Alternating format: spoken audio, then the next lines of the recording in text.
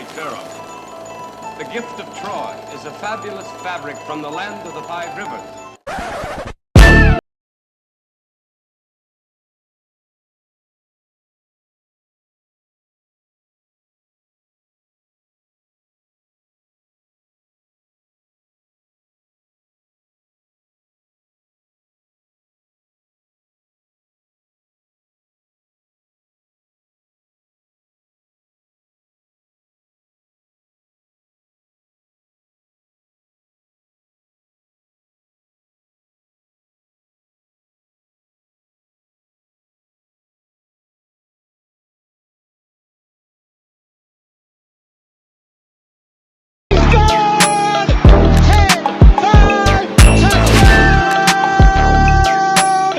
Raiders! 2 years ago, when we came to Los Angeles, I really believed that the greatness of the Raiders would be in its future.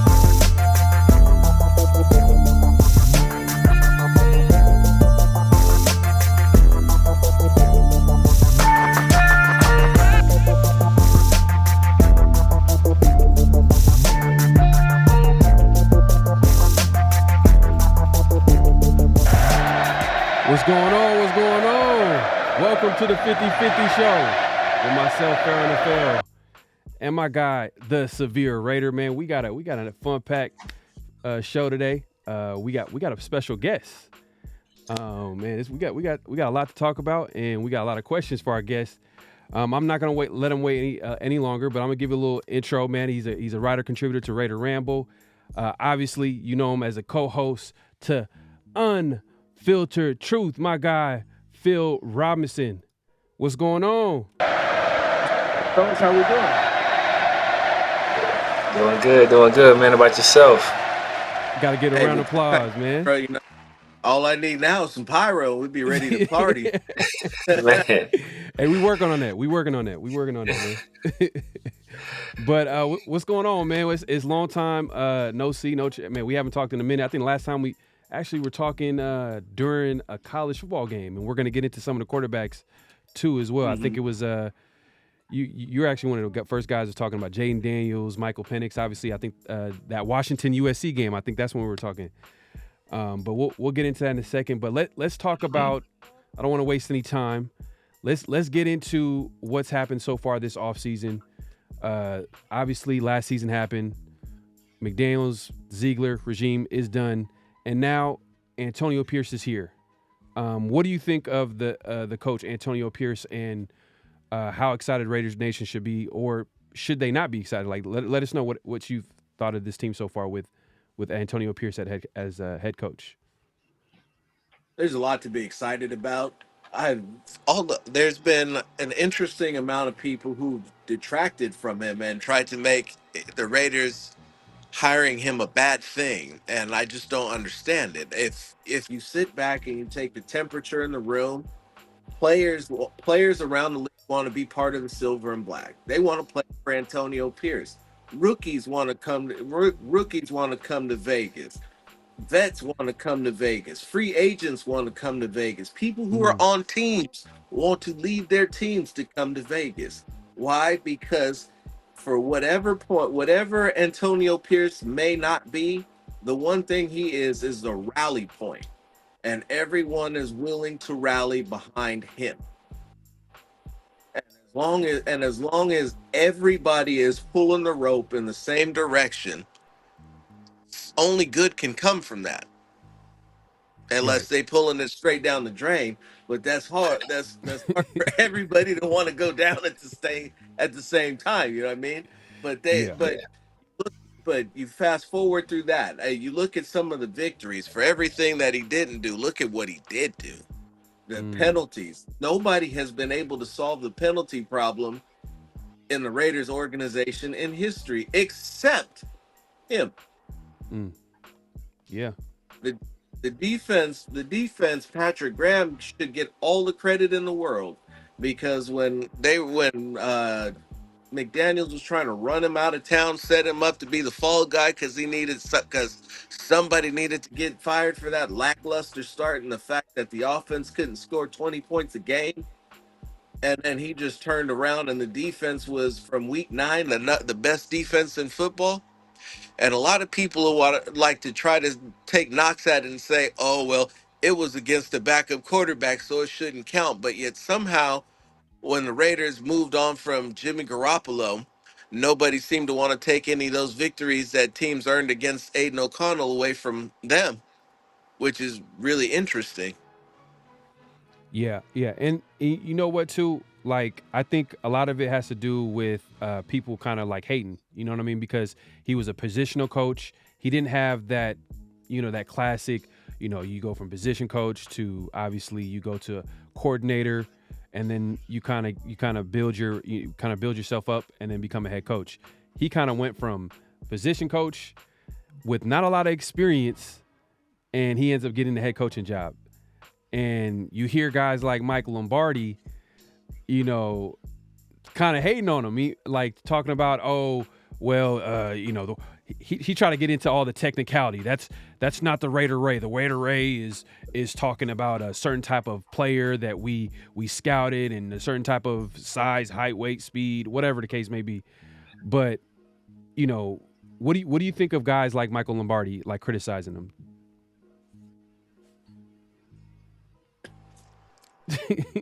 Michael Lombardi is a lifetime failure as in the NFL structure. I mean, he had his opportunity to come in under Al, and Al just was completely disgusted with him. It's easy to say whatever you want to say and spout whatever hate you want to hate, and but the point of the truth of the matter is anybody who's around Antonio Pierce has all identified him as the leader, the alpha leader, whether Mm-hmm. it be former Hall of Famers, future Hall of Famers, uh, the current Heisman Trophy winner shouted him out in his Heisman award, his Heisman speech. Everybody, it continues to come back to everybody wanting to rally behind this one person. Leaders lead, and it doesn't matter, and you don't have to have all the criteria. If you can lead, you can lead.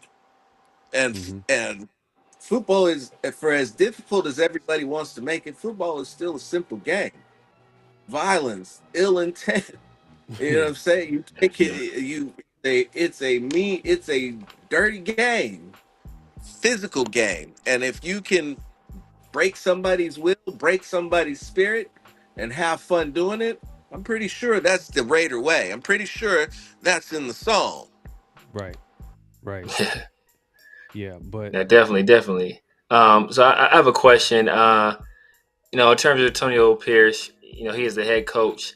I think the most important hire of the Antonio Pierce tenure was the offensive coordinator. We swung and we missed with Cliff Kingsbury. What are your thoughts on Luke Getsy? Luke Getzey has a very interesting background. If and so when you the to the untrained eye and the casuals, you look at what happened in Chicago and you want to crucify him because that was his shot at being the offensive coordinator over there, and they relieved him of his duties, and Justin Fields was this, that, or the third, depending on how you feel he is as a player. But the reality is that every situation is not what it seems, and you can try to do something, and if you don't have the support of the guys in charge where you're at, Mm, you can go from a situation where your quarterback won the league MVP in back-to-back years. You took a no-name wide receiver and made him an elite number one that made the Pro Bowl for his first time. Or you can have the situation in Chicago where they're struggling. The quarterback couldn't see a wide open receiver if it was the front door to a barn that was missing. Like man. this guy Phil knows his damn. This dude Phil knows his stuff. Guys, dog. Man, if hey man, Phil is severe. Severe is part of a membership, a group out Mm. here. Is it based out in L.A.? I don't know where it's based out of, but I it's I the am the Justin president. Fields Hater Club. Like what is Yes, it called? I am. I'm the president and the founder of the Justin Fields is no good fan club. We have weekly meetings, Phil, and you know what? You will be a keynote speaker at our next meeting. It's With this, you spoke with such eloquence about the faults of Justin Fields, and I must commend you, my good man. Well, that there's an opposite side to the coin, and it won't be good for the membership. but all right. So Severe, he kind of got onto the coaching staff, and that's exactly what I was thinking too as well.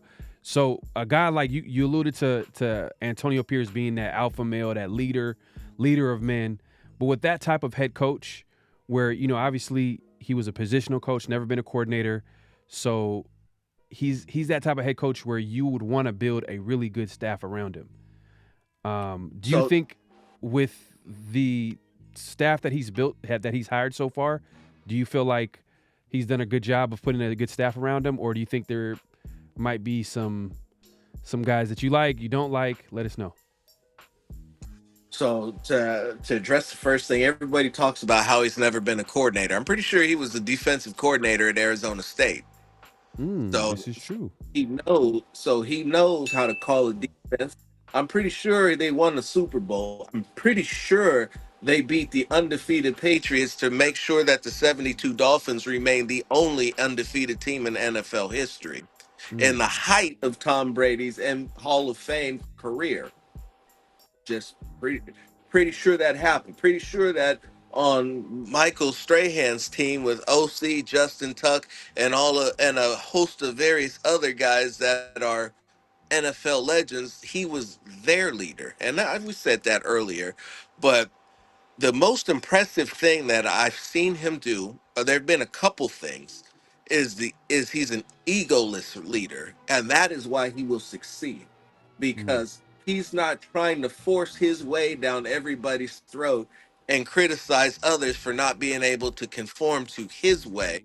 He's instead trying to incorporate their way into the larger picture, and that's how you maximize the talent of everybody on your roster.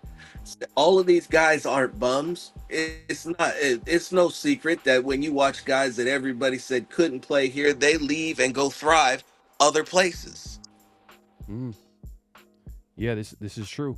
This is true. There's been some examples of players leaving, and not every player though. Guys like Darren Waller, who what I mean. He can't get that injury bug off the back, and now he's kind of questioning if he should play or not. That's a whole different conversation for another day. But I see what you're saying. But how about are you also referring to the coaching staff as well when you say that? Because Absolutely. Because he's now, as I referenced, he's a defensive coordinator. Said, but he clearly has an eye for offensive talent because he was also the the head recruiter at Arizona State, where he recruited Brandon Ayuk, Jaden Daniels, Johnny Wilson, Ricky Pearsall, and a host of other guys who've been able to prove that they can play at any level. Mm-hmm. Well, yeah, hey man, And right now, when I'm talking, when I hear you talk, man, I'm. If I was a Raider fan, I'd be super excited at the offseason so far, but I'm still not 100% sure about Luke Getsy. I got to see it before I believe it, just because we haven't seen him have success as a coordinator. But now he has an opportunity because, let's be honest, like if he was that bad of a coordinator, then he wouldn't be getting all these interviews with all these teams, including the Raiders. He was able to get a job, and now he has the opportunity to get his quarterback. That being said, let's move along. Let's talk about the combine. It just happened. Was there any guys that you like that popped? That kind of like caught your eye as far as like someone that the Raiders should get in the just so far? so my first two guys were on defense. Every we can talk about quarterback till the cows come home, but the two guys that caught my eye the most was Braden Fisk, defensive tackle from Florida State, and Devondre Sweat, the defensive tackle from Texas. Mm-hmm. The big guy. Big Right. dude, big Nose dude's tackle, right? different. Yes, that's primarily where you'd want to play him, but they were running a 4-3 in Texas, Okay. or a 4-2-5, but it was a four-man front. Um, but big dudes are different. They're not the same big dudes. And if you watch the 40 time of 5.27 would strike you as slow, but then when you think about the fact that this dude almost weighs 370 pounds and he's running 40 yards in 5.27, which even to a which by NFL standards would be slow, which is still faster than almost 99% of dudes his size. Yeah. Yeah. Yeah. And It, Spencer Rattler ran like what he ran like a damn near 5 seconds, 4'9". 40 for a Yeah. 4.9. So 4'9". and that's not too far off. my opinion of Spencer Rattler is not very high. I mean, he understands technical nuances of the position, how to play it, and how it's supposed to be played, but he lacks it, Mm, Okay. and he's never going to get it. man. Well, speaking of quarterbacks, since we are talking about Spencer Rattler, of the quarterbacks that were at the combine, just guys at the combine, was there any guy that stuck out that impressed you that maybe, initially you weren't as high on and you were higher on after seeing them at the combine, or initially maybe you were high on them and then their performance at the combine maybe dropped their stock a little bit in your eyes? I'll say that at the combine, Rattler made a continue to make some positive inroads for himself. Um, in terms of the rest of the quarterbacks, no. There were I knew what to expect from Penix. I would say that out of everybody there who actually threw and fully partook in the events, that would be my choice. I would draft him at 13 and then be free to wheel and deal throughout the rest of the draft when trades are much more manageable in terms of what the asking value is. Man, so you wouldn't even wait to because a lot of what's been talked about as far as Penix, that he's going to be a guy that just due to his injury history might drop in the draft and some other things as well, but like mostly to do with his injuries and stuff like that that he possibly can drop. So you wouldn't, if you're the So Raiders, we you have wouldn't even wait. But real quick, so everybody brings up his injury history, but he did what Caleb Williams did not do, and that is allow everybody's medical examiner to look at him, in which he got a clean bill of health. So if everybody's hyped up about his injury history, when the team doctors all say he's good to go, then what are we really talking about? And I'm not trying to come at you. I'm just merely stating that if the team doctors say he's good to go, then who are we to question what they say? They're the ones that clear him and determine if he can play or not. and if he's ready to go, then that's a quarterback who makes snap decisions, is lethally accurate, and as long as you protect him, will go out there, will get you to the championship game. Yeah. Yeah. No, and I'm just saying because I'm not saying obviously he had like a clean bill of health in the combine, but when people talk about him, they talk about like how much time he's missed in college due to injuries, like ending injuries. So like you don't think a team is gonna look at that and be like, I don't know if I want to draft him this high if he's had what 2-3 season-ending injuries in college, and you know what I mean. Like there's still gonna be that 4. You know what I mean? That's a lot, you know, but I understand what you're saying. As of right now, he's completely healthy, but that is something where people look at like and possibly could, you know, ding him on. But so you would take him at 13. You wouldn't wait until later in the draft, pretty much. No, because Okay. there's other talent that you're going to need to get in other places that are going to be higher than others, some lower. You're not going to be able to get Devondre Sweat in the third round. They say that Brasso and Braden Fisk is supposed to be gone. I don't. That's not what I saw out of him. You're talking about a 292-pound defensive tackle that ran a 10-yard split at 1.68 seconds and ran the 40 in 469. Let me repeat myself. 292 pounds, running Woo. fast, running back, running faster than most of your tight ends or your slower tight ends. That's a This is your faster 40. defensive tackle. Yeah. Yeah. Yeah. That's a faster 40 time than I think Mahomes. Mahomes ran like a 4.7. Yeah, It's crazy. and What That's did Josh crazy. and your Jacobs run? I think Josh Jacobs ran in the 4.6s, I believe. 467. Oh, yep. So he's right. He's arm's length away from Josh Jacobs No, he's much on the closer than that. dead sprint. Yo, That yeah. Yeah, 200 of a second is an eyelash to a nose. Yeah. They're Yeah. side by side, and he's got 50 pounds on Josh. Yeah. Right. It's Right. crazy. No, So, he's got 70 pounds on Josh. Yeah. yeah. So most of the guys that you like, you said you like Michael Penix.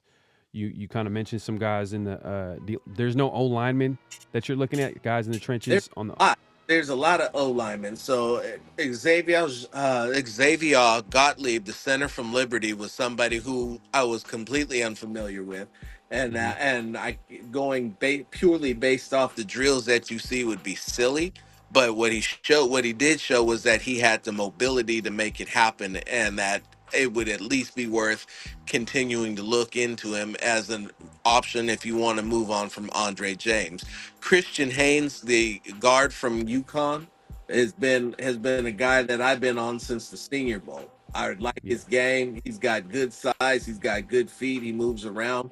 There's I forgot the gentleman's name, but the tackle from Louisiana, the Mhm. Raging Cajuns, his mobility was pretty good as well. I think that the guy Fuaga that they're hyping up isn't as good as everybody says he is, and Mm. the tackle from BYU looked a tad bit on the slower side to my liking. But after looking at what Puka Nakua was able to do in his rookie season, I'm not ruling out anybody from those particular schools. Yeah. Yeah. Yeah. Yeah. And Like. most Yeah. hold on. Now this is the sleeper for everybody. Hmm. Most surprising were the linemen from South Dakota State. You said it again.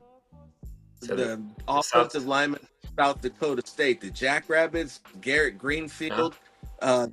There was another guard slash center who was down there, and then a dude named C.J. Hampton. So these guys, the only knock that I would have on was that they looked small, but in terms of getting to their spots, they were quick, they were precise, they didn't miss anything. It's the question of, are you going to be able to handle a premium NFL sized dude? Yeah. Yeah.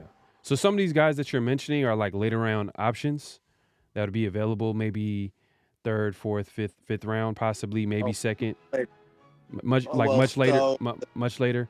so But the but South Dakota there's no State. one in the first round. Um, in the first round, Haynes would be your closest.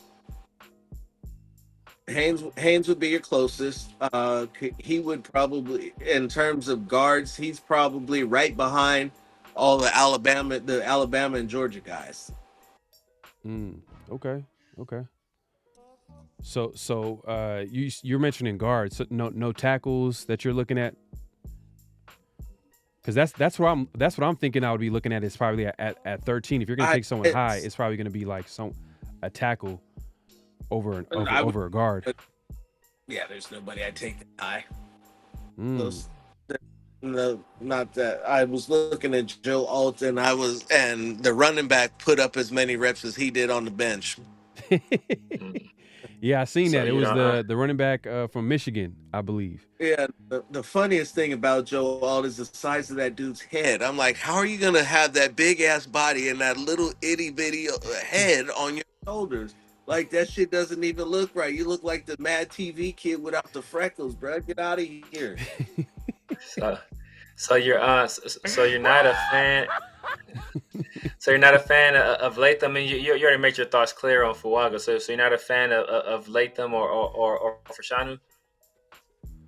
Uh, Fashanu is more of a run blocker, and if you now the interesting thing to consider is this: if you do choose to go with Penix, he's left-handed, so your right tackle now Yes. becomes the blind side.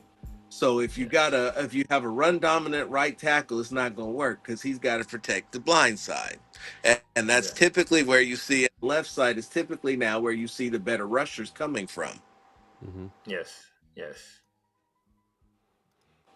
Um. So so just to pivot real quick, the big story this week obviously is Denver Broncos uh, are going to be releasing Russell Wilson, and man, it's going to be like probably what $85 million dead cap hit overall. I think next year is going to be 39 million. Crazy. It's super it's crazy situation. But he's going to be a free agent.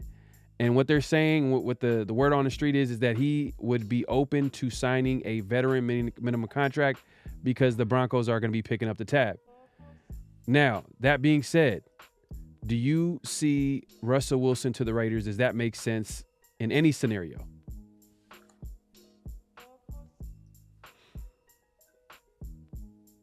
For 53 yards, 53 by 100 yards, that makes all the sense in the world. If you could give me Russell Wilson the player and the player only, absolutely you can make it could work. Absolutely. It would be one of those gift from God situations off a guy who's currently a journeyman cuz now he's moved on from two teams in almost back-to-back years. He, and so but the production was there last year. It was not his fault that they were losing games. Mm-hmm. And they came back and they almost made the playoffs, despite having started off badly, despite having the lead, the football points record set on them on Monday Night Football. Yeah, yeah. I mean, Sunday, it was a Sunday morning game, but It was. yeah, but so I mean, so it wasn't his fault. And then you look at what that whole shit that went down. And I got to make this quick because it looks like my phone's about to die. So Sean Payton is on his ass about injury guarantees. Why the fuck are you talking to him about injury guarantees when he's not hurt? Yes. hold on one second. Agreed. Completely Yeah. agree. So you're very specific in your language. You said on 53 yards by 100 yards. That means on the field you had no problem with Russell Wilson. So I think a lot of the detractors will say that Russell Wilson isn't a fit with the culture, and it seems like you're maybe leaning a little bit in that same direction. No, there's no maybes about it. So 53 by 100 makes all the sense in the world. Also, Russell Wilson is a me guy. It's been proven in his last couple stops that I think with the Broncos he demanded his own office. Like, what you're too good to be in the locker room with your teammates. You're too good to hang with the fellas. You need to have your own office. You're not even over with the coaching staff. And he was a big P, and Pete allowed some of this to go down too. Now you've heard the stories from the Legion of Boom, from Richard Sherman. You've heard Marshawn back up that same story, Mm-hmm. and take it a step further with how little he said about it, because you could tell that there was a he could have landslide buried him if he wanted to. Welcome back, Phil. I think I said it at the time. You and Ray were doing the show. I said Josh Jacobs was Bitcoin at that time, right? His value was plummeting. And I think that the emergence of Zamir White, I think that kind of suppressed his value a little bit more. So with the heavy running back free agency class and all those other factors, I think his best bet may be to take a 1-year deal, try to rehabilitate his value, and then go back into free agency. Yeah. Hey, man, we're glad you're able to come back, Phil. We got some technical issues, but it's all good. We got you back. We're just talking about Josh Jacobs. Earlier, I don't know if you caught like some of the stuff that I was saying about Russell Wilson, just playing devil's advocate, and like why it would be a good fit for the Raiders to pick him up if the opportunity presents itself, being a vet minimum contract, and if he comes in here understanding what AP's laid out for him as far as like he's gonna have to compete for that starting role, and if he doesn't get it, be a mentor, or regardless, be a mentor to that young QB room. If that's what he's agreed to, you're still saying no, or you're like, you know what, I'm out of here. Like, I'm not trying to deal with that. Russell Wilson, I'm the show, I'm the guy. Mr. What do you call himself? Mr. Unlimited. Mr. Unlimited.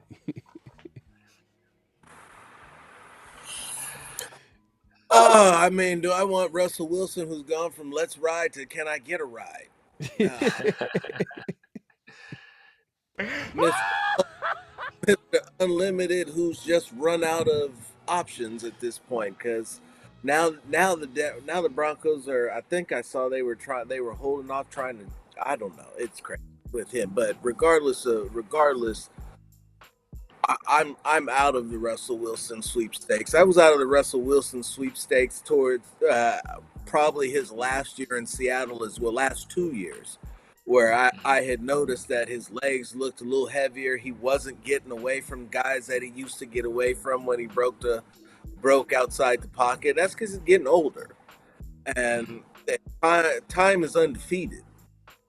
And so can he run an offense? I mean, you would have thought that Sean Payton's offense would have designed an offense that he could have thrived in, and to a certain extent that he did, which is another reason why this whole situation is so bizarre, is because a guy who throws 30 touchdowns and only 6 interceptions doesn't hit free agency. Yeah. So it must be like, it must be, Sean Payton never wanted him to begin with.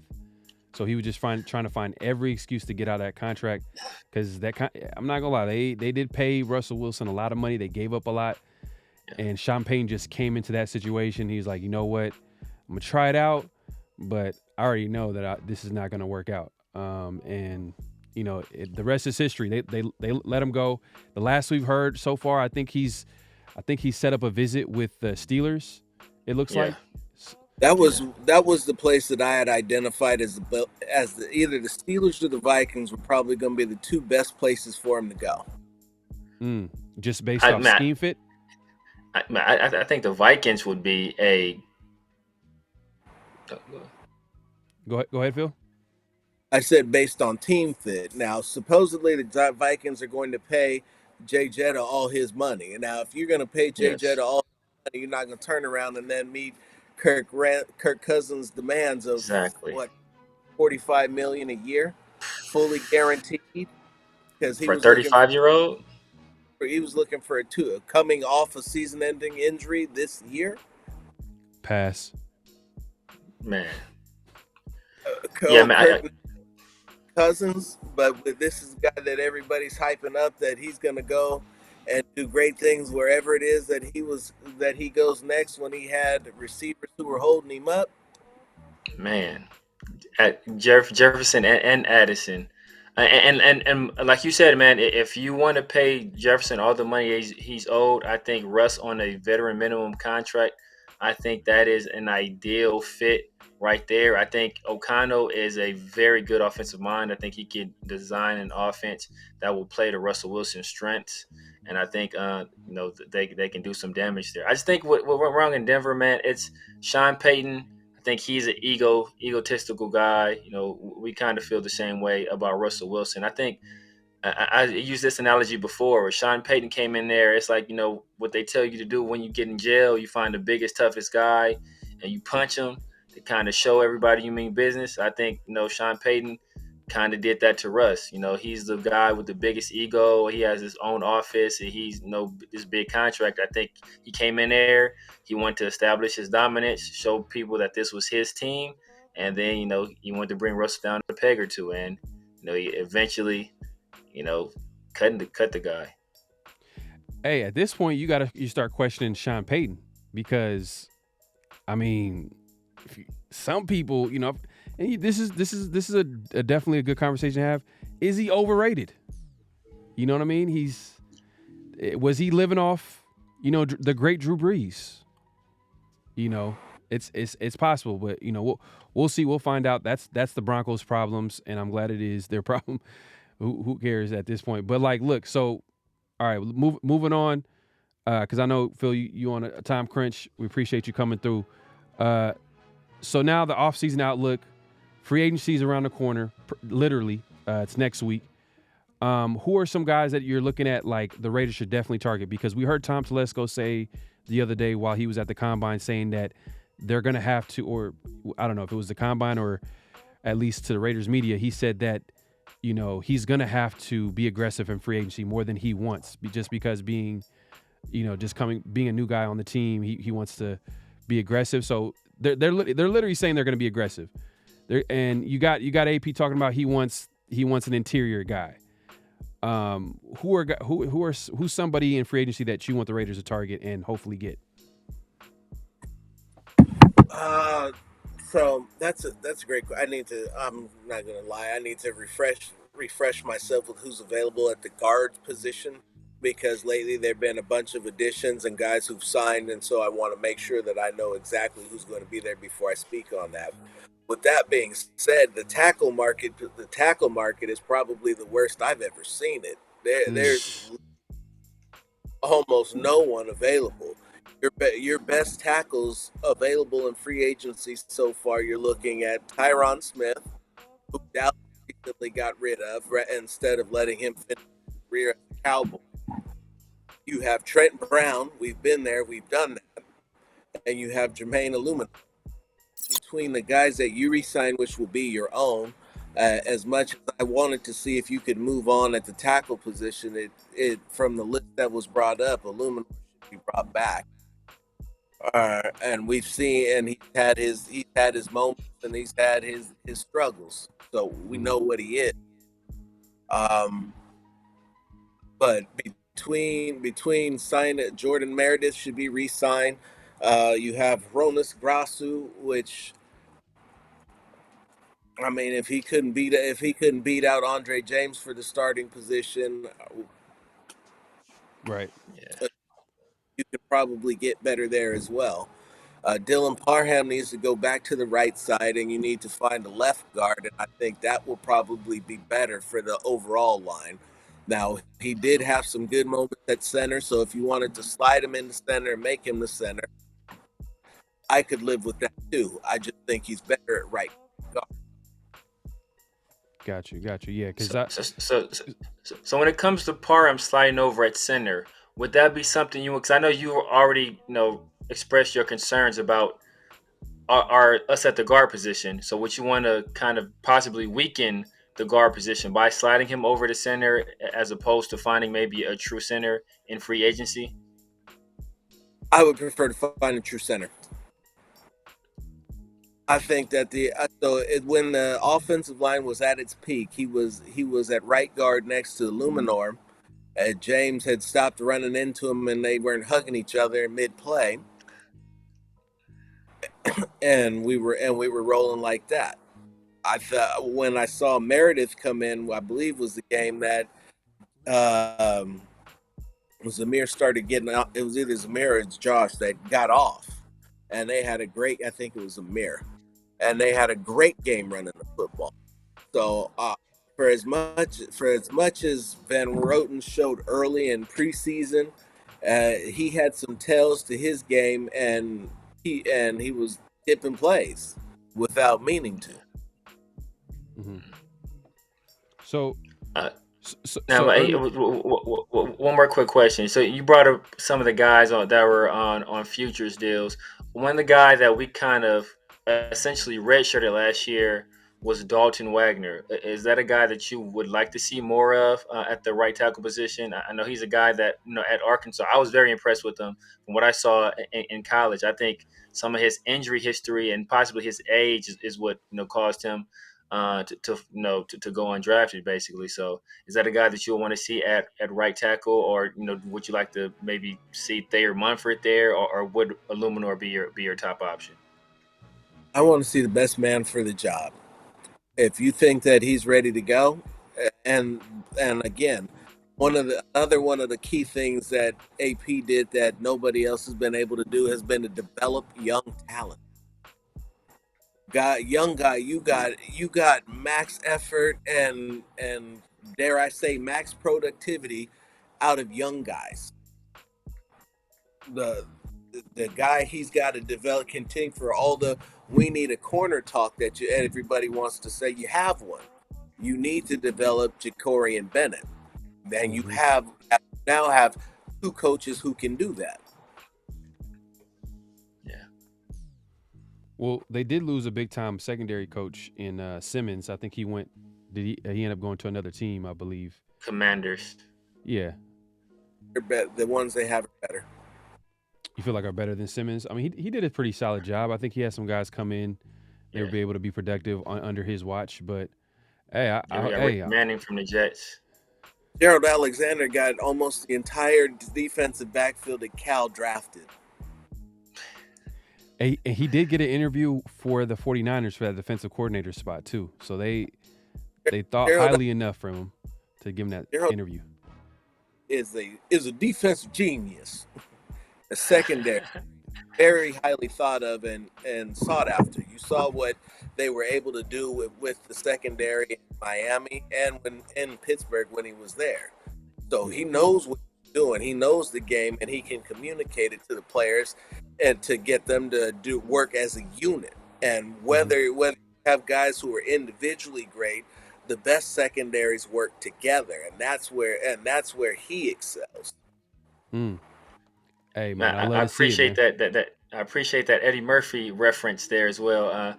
What are your thoughts on Ricky Manning Jr., who was a UCLA guy, by the way, so you guys know? Mm-hmm. Ricky Manning Jr. was a beast as an undersized corner, and if Yes, you he got was. a lot of guys who are undersized corners. I mean, let's do a buck. Shout out Meek So Robinson. if he can tell, he's a free agent. One of the Yeah. guys that they have, if they're going to resign or not, and depending on his market, he might want to market. Mm-hmm. It would make there's a couple guys on this as free agents who it would make sense for them to test free agency imbalance because while they can love coming back here, there's another team that's going to offer them a whole lot more money than what the Raiders probably. Mm. Yeah, facts. Yeah. I mean, that's just how the NFL values that corner spot. They're gonna get paid. That's why it's good to draft them and have them on rookie deals. And that's another spot that possibly let's just since we're talking about the offseason outlook, it's not just free agency that we want to get into. Like at 13, people are talking about trading up to get a quarterback. But do you foresee the Raiders possibly taking a corner? Because I know my guy Severe is big on a corner in the draft. Would you see a corner at number 13, or are you looking to trade up and try to get a quarterback? So I'm going to tell you guys the truth. We've seen the Raiders for almost the last 10 years fail to address the quarterback position. You can do everything in the world. You can have the best player in the league on defense. You can have a great defense overall. But if you Yes. do not have a quarterback, you will not win. Mm. Yeah. Yeah. I mean, as evidence in And the we Super Bowl, I mean, you look at San Francisco, they just about at every position but kicker and quarterback and and head coach, they had the advantage.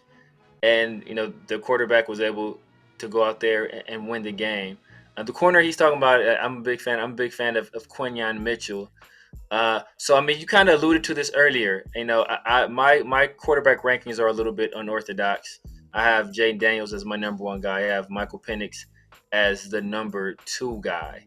I know you said you would love taking Michael Penix at 13 and rolling with him there. If a trade up was available for you to be in position to take Jaden Daniels, would you opt for that trade up, or would you opt for staying put and drafting Michael Penix? absolutely, Trade up, absolutely. my man. If you're going to move, but the only concern I honestly don't care about the picks because, like I said, your court this the way that this team is structured on offense, you can fill your offensive line hole free agency, whether you resign all your own guys and add a piece here, or you can add a lineman later on in the draft. What you cannot do, because if you look at the quarterback market for free agents, what are you looking at? Russell Wilson is the best free agent quarterback available, and we've established that if we don't, nobody wants to touch him. The Yeah, Steelers quarterback situation is dire. yeah, They have no choice but to sign that man. yeah, They really don't, because you can't take the talent that they have on offense and trot out Kenny Pickett and try to convince your fan base that you're doing everything in your power to win. That amounts to telling everybody that you're hiring fucking Jimmy Garoppolo on a busted up foot to come in and be the leader that you need him to be. yeah. Yeah. Yeah, man. I'm with you 100%, man. I definitely want to get a quarterback in the first round. I'm just looking at it from perspective like there has to be they're gonna have to the teams that they're gonna want to trade up with. They're gonna have to be willing to do business. So some of these teams that they're gonna want to trade up to get to this spot, they can possibly take a quarterback. You got the Commanders. You got the Patriots can easily take a quarterback. Patriots can Either one, easily take a quarterback. I'll Say tell that you again. why. Go ahead. Either one of them are taking the quarterback. I'll tell you why. The Commanders are tearing it down to the studs. Sam Howell is a decent quarterback. For the majority of the season, he was leading the league in passing. Yeah. And so your issue with Sam Howell isn't is he any good? It's the 65 times he was sacked. Yes. You released your left tackle. You released the center. There was questions on if you're going to release the right tackle. Cutting guys on defense. They are tearing it down to the studs, and they're trying to get it to the way that Cliff wants it to be ran. So how it's looking for the reason why Cliff spun around on his heels and didn't join us, because remember you brought that up, is Dan Quinn has split the team down the middle. He's going to handle the defense. Cliff is going to handle the offense, and there's not going to be none of this. Mm. And do you think Cliff left? Well, I don't. It's a lot of speculation. It's a lot of speculation, but like what I was telling Severe before we started the show. Yeah, I thought it was interesting that Pierce came out and said that he interviewed 11 OC, and then he interviewed also 5 O-line coaches. And I was like, man, that's kind of interesting because you would think that like when the OC gets hired, he gets to pick his guys under him and for his staff to fill out his staff. You know what I mean? Like since he's the offensive coordinator, you know what I mean? Like that's not where you would see Pierce have a hand in, the O-line coach. You would think that, okay, you got Lou Getsy. He probably wants he's going to run a certain type of system, so he's going to want a certain type of O-line coach to work to like pretty much gel with his offensive system. So I thought it was interesting that he like AP came out and said, I interviewed 5 OCs and I interviewed 5 O-line coaches. I was like, okay. Do you think that might have been an issue there? Because I believe, I forgot who alluded to this. I think for you guys can take this for whatever it's worth, but I think Keyshawn Johnson mentioned that the issue with Cliff and AP and that kind of falling through is that the fact that he couldn't pick his guys on his staff. And if you remember, the running back coach that got hired, who's now the UCLA head coach, he got hired before Cliff. So you can see that the coaches on the offensive staff were getting hired before even Cliff was even finalized. So I don't know. What do you think of that? So there's a couple ways to do. So is that a reason why he got cold feet? Absolutely could be. The deal that he got with Washington could have been better than what he was offered with Vegas. Also could have been. He has the opportunity to draft Caleb Williams, which he's probably not, which he absolutely is not going to have with the Raiders. Now, for one, you can want to draft Caleb Williams all you want to, but the numbers will show that when he got hold of Caleb Williams, he drug him down instead of lifted him up. Overall, I think that the Raiders probably dodged a bullet because while Cliff is going to go out there and it may look good for a little while, eventually the league is going to take notice of what it is that he's doing and bring it to a stop. And if Washington's got notoriously bad turf, so until they get a new stadium, having a quarterback running around and being mobile is going to result in RG3 the part 2. And if you remember the playoff game where his knee practically separated from the rest of his body. Yeah. Man. Hello, Inada. I mean, so essentially, what you're saying is that the Commanders are going to be open for business because right now they're just in asset acquisition mode, right? They traded away Montez Sweat, they traded away Chase Young, they released their tackles.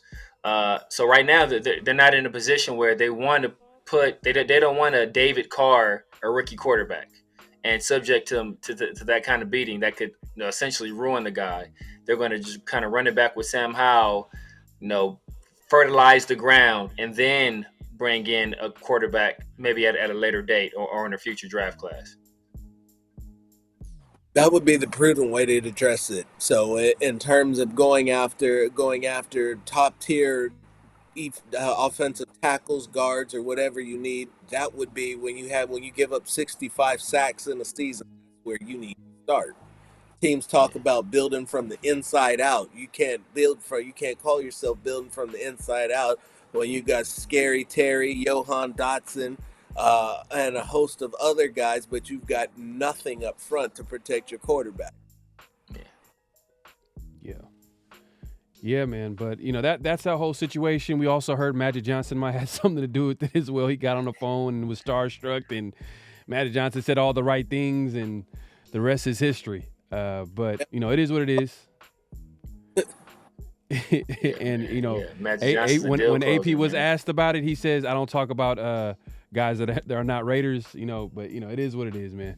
And I think AP actually in a podcast interview might have been the pivot, I believe. Shout out to them. He alluded to Magic Johnson as well. So. When Magic calls you, you answer. man. Showtime, man. Showtime, hey, man. So, what time we going? Let me know where I need to be. Exactly. So, look, the Raiders are going to be aggressive in free agency. Obviously, from Phil, what you're saying, they need to be aggressive in the draft as well to get their guy. It's going to be a fun off season. It's fun. It's a lot of things to look forward to. But yeah, man. Hey, tell the people where they can find you, man. You can find me at The Unfiltered Truth. Check out. So far we're on a break because Phil's doing his thing, but we got the AP cast going with me and Alex. You can find me on RaiderRamble.com. That's usually where I write my stuff.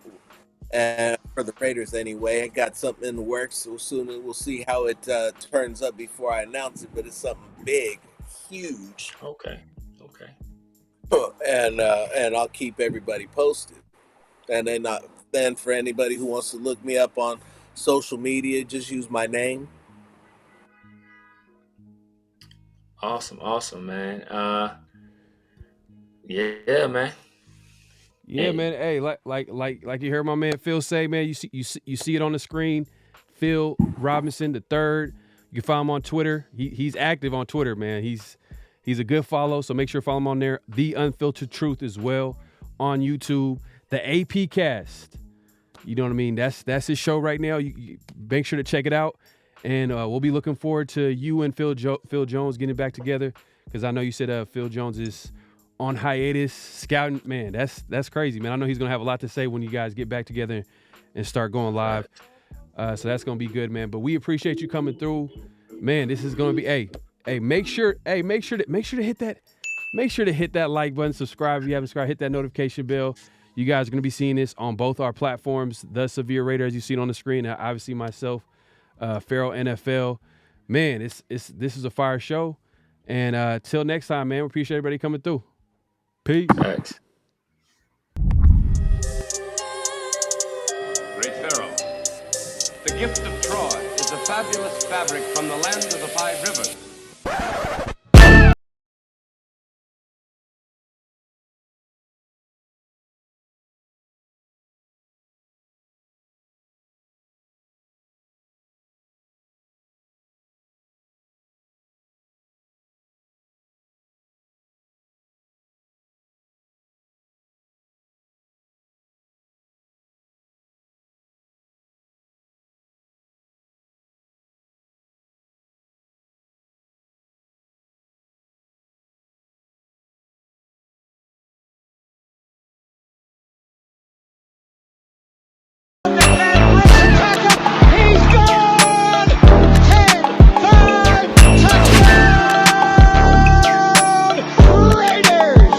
Believe that the greatness of the Raiders would be in its future.